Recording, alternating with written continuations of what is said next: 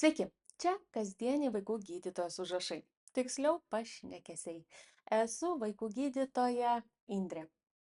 Daugiau negu 10 metų socialiniuose tinkluose pasakoju jum apie vaikų sveikatą.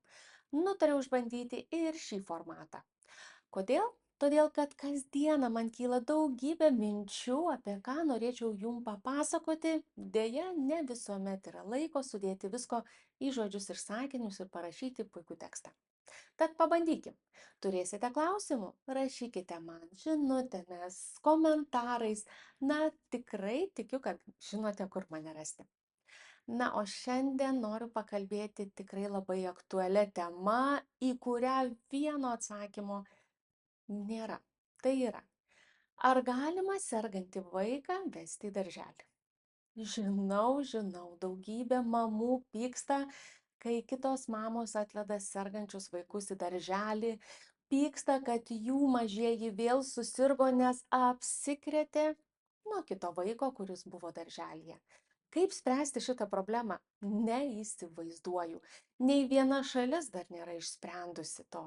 Kai kuriuose šalyse, Didžioji Britanijoje, Skandinavijos šalyse sergantis vaikas, sloguojantis, kosintis, nėra ligonis. Ten nebent gali neiti į įstaigą, ar darželį, ar mokyklą, jeigu vaikas labai blogai jaučiasi ir karščiuoja. Kitu atveju ten laksto sloguoti, kostintys vaikai ir, visi priima tai kaip normą. Čia Lietuvoje mes į kosintį vaiką arba galų gale tą, kurią matosi sekretas iš nosies, reaguojam labai audringai. Bet vėlgi, viskas priklauso nuo mūsų suaugusių. Darželio auklėtojos, aišku, jos negali nuspręsti, ar gali vaikas eiti į kolektyvą ar ne. Galų gale negali įsakyti tėvam, jeigu nėra raštiško sutarimo, kad tarkim į darželį sergančių vaikų neleidžiame. Taip yra nurodymas, higienos norma, kad ūmiomis lygomis sergantys į darželį vaikai neturėtų ateiti. Bet juk realybė kitokia. Labai priklauso ir nuo mamų situacijos. Lengva mums sakyti, būkite su vaiku namuose, bet nedarbingumas išduodamas 2 savaitėm, o tikrai darželinukas vargu ar išsikapsto tinkamai iš slogos ir kosulio, kurį sukėlė, kad ir paprasčiausias virusas per 2 savaites. Dažnai kosulys trunka ir 4 savaitės. Kaip tada daryti? Jeigu mama dažnai ima nedarbingumą savo darbovietėje, kad slaugytų sergantį mažylį, darbdaviai ir kolegos tikrai kreivai žiūri, neva tokio darbuotojo mums nereikia, nes už jį kažkas turi darbus atlikti. Ir dažnai mamos bijodamos netekti darbo veda vaikus kažkiek sergančius į darželį. Be abejo, tikiu, kad, mamos tikrai, turi kažkiek sąžinės ir ypatingai sergančio vaiko, kuris, tiesiog nepaeina, yra vangus, mieguistas ar nuolat vemena, tikrai neleistų į darželį. Bet žinau tų variantų, kai sukarščiavęs vaikas yra, jam suduodami vaistai nuo karščiavimo, temperatūra nukrenta ir jis išleidžiamas į darželį. Be abejo, vaistų galiojimas, veikimas baigėsi, po 6 valandų temperatūra aukščiausia, auklėtojos skambina mamai ar tėčiui, pasiimkite vaiką, nes jis serga, bet niekas nekelia ragelio. Niekas neatsiliepia, nes mama puikiai žino arba tėtis, kad reikės tą vaiką pasiimti į namus, o darbų milijonai. Yra mamų, kurios labai jautriai reaguoja į kiekvieną vaiko ligą ir todėl jos nuolat kaltina aplinką, kodėl jų vaikas negali lankyti kolektyvo, nes juk jis visas infekcijas tiesiog pasiema. Ką daryti? Suprantu ir tas mamas, kurios neturi kaip palikti savo vaikų, pas auklės, nes nėra finansų, galbūt seneliai lygiai taip pat dirba. Suprantu ir tas mamas, kurios nerimauja, nes nuolat slaugyti sergantį vaiką yra sunku, jos galbūt pasirenka tą būdą, kad tiesiog nedirbti, kol vaikas užaugs, bet vėlgi vienam tėčiui išlaikyti šeimą irgi ne visada yra lengva. Pirmiausia, ką aš labai norėčiau paprašyti, dažnai sergantis vaikas nėra normalu. Visas infekcijas besigaudantis vaikas nėra normalu. Reikėtų tikrai tokį mažylį atidžiai pasižiūrėti ir nustokim vartoti tą terminą, ai mažas vaikas išaugs. Tikrai tuos dažnus ligoniukus galima pastiprinti.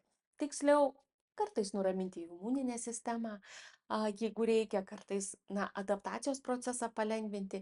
Tiesiog labai norėtųsi, kad visi komandoje, tėtis, mama, auklėtojas susėstų, galų gale šalia ir gydytojai susėstų ir apsitartų, ką daryti, kad tam mažyliui būtų lengviau išgyventi tuos smalsumo metus, turiu omeny smalsumo, kad vaikas turi pažinti aplinkoje esančius mikrobus, juk jeigu jis nesirgs, neišmoks pasveikti. Ir aišku, sutarus dėti visas pastangas, kad tas mažylis tikrai galėtų kuo ilgiau vaikščioti į darželį. Pagalba yra. Tikrai galima, kaip dažnai sakau, kabinėtis prie smulkmenų, bet atrasti smulkius simptomus, smulkius ženklus jo kūnelyje, kuris gali rodyti, kad vaikutis bus linkęs dažniau sirgti. Be abejo, jeigu neišsikapstoma iš ligų, jeigu tiesiog neužtenka kantrybės, idealiai rūpintis vaiko sveikata, kai kurie medikai pasiūlo tiesiog kažkuriuo metu neleisti vaikui į darželį. Vėlgi, mamai reikia ir tėčiui nuspręsti, kaip tokioje situacijoje susitvarkyti su tiek buitimi, tiek finansinė situacija ir taip toliau. O ką daryti su tais, kuriuos tėvai leidžia sergančius?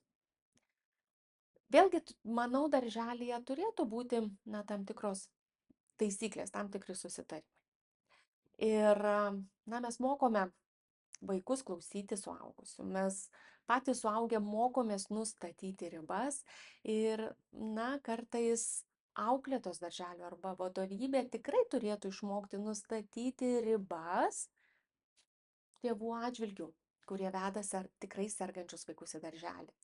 Baisu prarasti finansus, nes jeigu tai yra privatus darželis gauna papildomas pajamas. Galbūt, bet, šiuo atveju pažiūrėkim vaiko interesų, nesuaugusių. Ir be abejo, tokiem tėvam reikėtų paaiškinti, kad reikia tinkamai vertinti vaiko būklę. Nekalbu, kad vaikų darželio, tarkim, auklėtos turėtų tai paaiškinti. Labai norėčiau paprašyti šeimos gydytojų ir vaikų gydytojų paaiškinti tėvam, kas yra sergantis vaikas, kokie rodikliai rodo, kad vaikas serga. Ir, šiek tiek tolerancijos, kad, jeigu mes sergame ir blogai jaučiamės, juk net ir nuėję į darbą, mūsų darbo efektyvumas būna labai prastas. Gal geriau vieną dieną atsiprašyti iš darbo ir pasilsėti ir skirti laiko savo sveikatai, negu po to netausojant savęs susirgti taip, kad mėnesių iškristumėm. Lygiai taip pat ir vaikai. Dažnai girdžiu, vaikas porą dienų pakoščiojo, bet dar leidom į darželį, jau trečią dieną labai sukarščiavo ir iš kur pas vaiką bronchitas ar plaučių uždegimas. Tai jeigu mes nematėm tų pirmųjų simptomų ir nenugesinom, nepadėjom vaikui, tikėtis, kad galų gale vaikui trūks kantrybė ir jis susirgs, tikrai galima būtų. O susirgs tada rimtai, nes jau sergantis vaikas, eidamas į darželį, jis sekina save, naudojo savo kūno resursus, o tai lemia, kad ateityje gali vaikas susirgti rimtom ligom. Ir tuomet užsisuka ligų ratas. Ir tuomet klausimą, kodėl lyg vaikas buvo sveikas, tik šiek tiek sloguodavo, koščiodavo, bet mes nekreipdavom dėmesio, o staiga dabar taip susirgo, kad 4 antibiotikų kursai iš eilės ir vaikas vis dar kost ir vis sloguoja. Mes negalim taip medikai pasakyti, matot, patys suaugę kalti, prisilaukėt, ne? Dažnai reikia būti tiem tolerantiškiem ir stengtis labai gražiai pasakyti, bet kartais matom ir tai, kad pyktis ant vaiko, kodėl jis taip serga, sakyčiau, yra ne ten nukreiptas, turėtumėm patys į save nukreipti dėmesį ir patys ant savęs pykti. Dažnai, kai taip šiek tiek pikčiau kalbu apie tėvus, kurie veda tikrai sergančius vaikus į darželį, susilaukiu mamų priekaištų, kad kokia aš esu pikta ir nedėkinga, ir kaip man nerūpi tėvai ir mamų psichologinė būsena. Labai dažnai sakau, kad mamos tos, kurios tikrai myli vaikus, kurios rūpinasi vaikų sveikata, kurios stengiasi vaikus iki galo išgydyti ir labai rūpinasi, kad naujai vaikai nesusirgtų, o susirgę lengvai pasveiktų, jos labai jautriai priema visas pastabas, kurias mes, medikai, sakome. O tos mamos, kurios tikrai yra abejingos vaikų sveikatai, kurios žinių apie vaikų sveikatos priežiūrą turi minimaliai, jos tik numoja ranka ir sako, čia ne man, čia ne apie mane.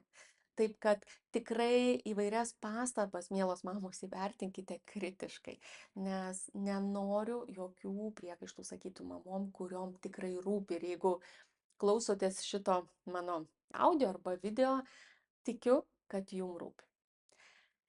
Tai ką daryti, kai vaikas ryte atsikelia sergantis ir kaip įvertinti, ar vaiką galima leisti į darželį.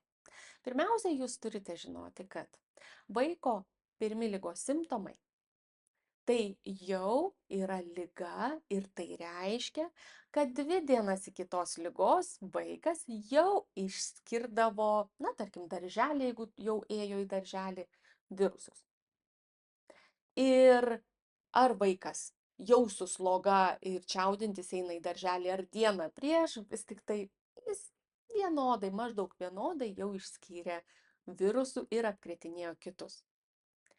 Ir toks sergantis vaikas, tarkim, paprasta peršalimo liga, tai yra viršutinių kvėpavimo takų infekcija, kai vaikas sloguoja, kosėja ir karščiuoja, jinai trunka maždaug mažiem vaikam apie 2 savaitės, kol visiškai vaikas susitvarko, mažiem tai maždaug iki 4-5 metų, bet pirmąją savaitę jis išskiria daugiausia ligos sukėlėjų, todėl tą pirmąją savaitę būtų gerai, kad vaikas neitų į darželį. Galbūt jis prieš ligą jau kitus apkrėtė, bet jeigu kažkuris vaikas pasveikęs atėjo į darželį, o jūsiškis su didžiuliu kiekiu virusų kvėpavimo takuose ateina, deja, apkrečia savo draugus. Kita ligos stadija tai yra sveikimo stadija. Tai yra ryte atsikelia vaikas išsikosėja ir daugiau visą dieną nebekosėja.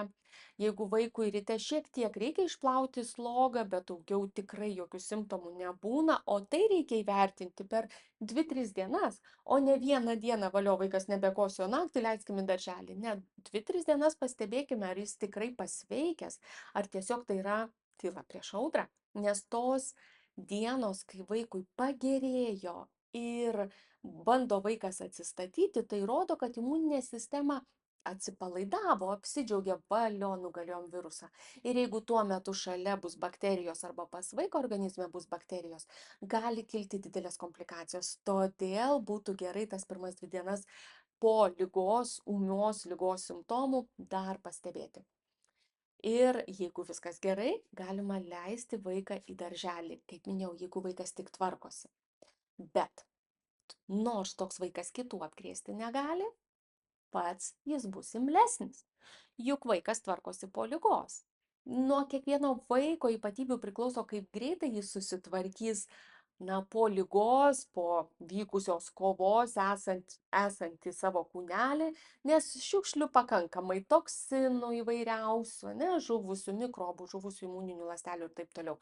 Jeigu jis greitai tvarkosi, išėjo į darželį, tikrai ta betvarkė jo organizme neapsunkins imuninės sistemos ir jis greičiausiai nesusirgs. Bet kitas mažylis, kuris tikrai ilgai tvarkosi, kuris yra pedantas, kuriam reikia kiekvieną kamputį susitvarkyti ir bet kokie nauji trikdžiai jį erzins, be abejo, 2-3 dienos ir gali susirgti. Ir tai nebus atkritimas.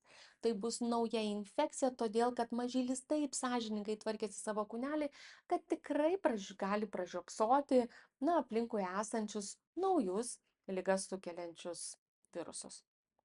Ir labai svarbu atkreipti dėmesį į bendrą vaiko būklę. Jeigu, man kartais gaila matyti vaiką, kuriam sloga nutįsusi ilgiausiai, ir ten geltona ar žalia ar skaidri, bet Na, įsivaizduokim, ir auklėtojas.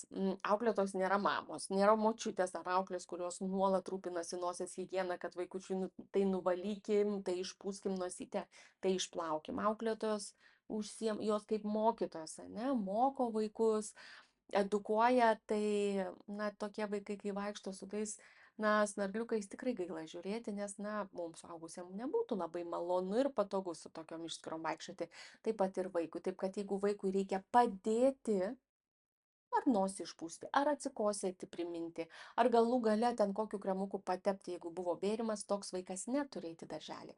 Vėlgi dar vienas toks kriterijus, kaip įvertinti, ar gali eiti į darželį, tai yra, jeigu vaikui dienos metu reikia medikamentų ir mūsų pagalbos tvarkantis su liga, vadinasi, jis turi sėdėti namie, būti su mama, tėčiu, senelė ir auklė, kad jam būtų pagelbėta, kai jam to reikia. Kai nėra slogos ir kosulio ir nereikia priminti, būk mielas išsikosėk, tada, aišku, gali eiti į darželį. Daug įvairių ženklų rodo, ar vaikas jau pasveikęs. Vėlgi, nerekomenduoju, kaip vadinu, marinuoti vaiko. Vaikas buvo visiškai sveikas, bet mes dar nusprendėme 2 savaitės palaukti, kol jis pilnai pasveiks. Nors jau ženklai rodė, kad ir prieš tas 2 savaitės vaikas visiškai sveikas. Ir tada skundas, tėvų mes 2 savaitės sėdėjom, kad vaikas pilnai pasveiktų, jis išėjo darželį, 2-3 dienos ir vėl susirgo. Na, visų pirma, kai vaikas ilgai nebūna kolektyve, jis išsigąsta, nes jam, na, jaučia tam tikrą įtampą, nes iš naujo reikia atrasti savo vietą toj darželio hierarchijoje. Bet vėlgi sėdėjimas namie ir nesirgimas neužkerta kelio ligom. Imunitetas nesimoko sėdėdamas namie ir jam niekas nepasako, kad va, kai tu ateisi į darželį ir sutiksi naują virusą, jo nepriimk. Imunitetas to nežino, nes ir vaikas pats to nežino. Todėl ir to marinavimo per didelio nereikia, arba tiesiog žinokite, kad jeigu po ligos laikote ilgai vaiką namuose, tai nereiškia, kad jūs užkertate kelią naujom ligom, ta prasme, kad, na, imunitetas vis tiek turės susipažinti su tais virusais anksčiau ar vėliau. Taip, kol kas tiek, tai kaip atsakyti, ar vaiką galima leisti sergantį darželį ar ne. Tai apibendrinant sakyčiau, jeigu vaikas jaučiasi prastai, į darželį neleiskite. Jeigu vaikui reikia pagalbos, valant nosį, pučiant nosį, prašant išsikosėti ar dar kokios kitos, ten galų gale girdant skysčius, nes jam skysčių trūkumas, į darželį jis eiti negali. Jeigu vaikas serga ūmia liga ir tai pirmosios ligos dienos, pirmosios 5 arba 7 ligos dienos, į darželį jis eiti negali, nes apkrės kitus. Ir 4, įvertinkime pačio vaiko savijautą ir ar jis jau tikrai pasiruošęs naujom pamokom. Ar vis tik tai mūsų mamų intuicija sako, kad dar šiek tiek pabūkime. Bet nesipykime, nepykime ant tų mamų, kurios veda sergančius vaikus, o pasiūlykite seminarus, pasiūlykite kreiptis pas gydytoją. Tiesiog darželį suorganizuokite, na, kažkokį pašnekesį kartu, kaip įvertinti, ar vaiką galima leisti ar ne. Nėra kur palikti, galbūt reikėtų iš anksto pagalvoti, ką darysim, kai vaikai sirgs. Galbūt susidaryti strateginį planą, kaip elgtis, kai vaikas suserga. Galbūt net susidaryti grafiką mėnesio, tarkim, kuriom dienom tėtis, kuriom mama, kuriom dienom seneliai galėtų prižiūrėti vaiką, jeigu kartais jis susirgtų. Ir tada nebūtų to streso, kad staiga staigmena, ryte vaikas suserga ir nėra kas jį prižiūri.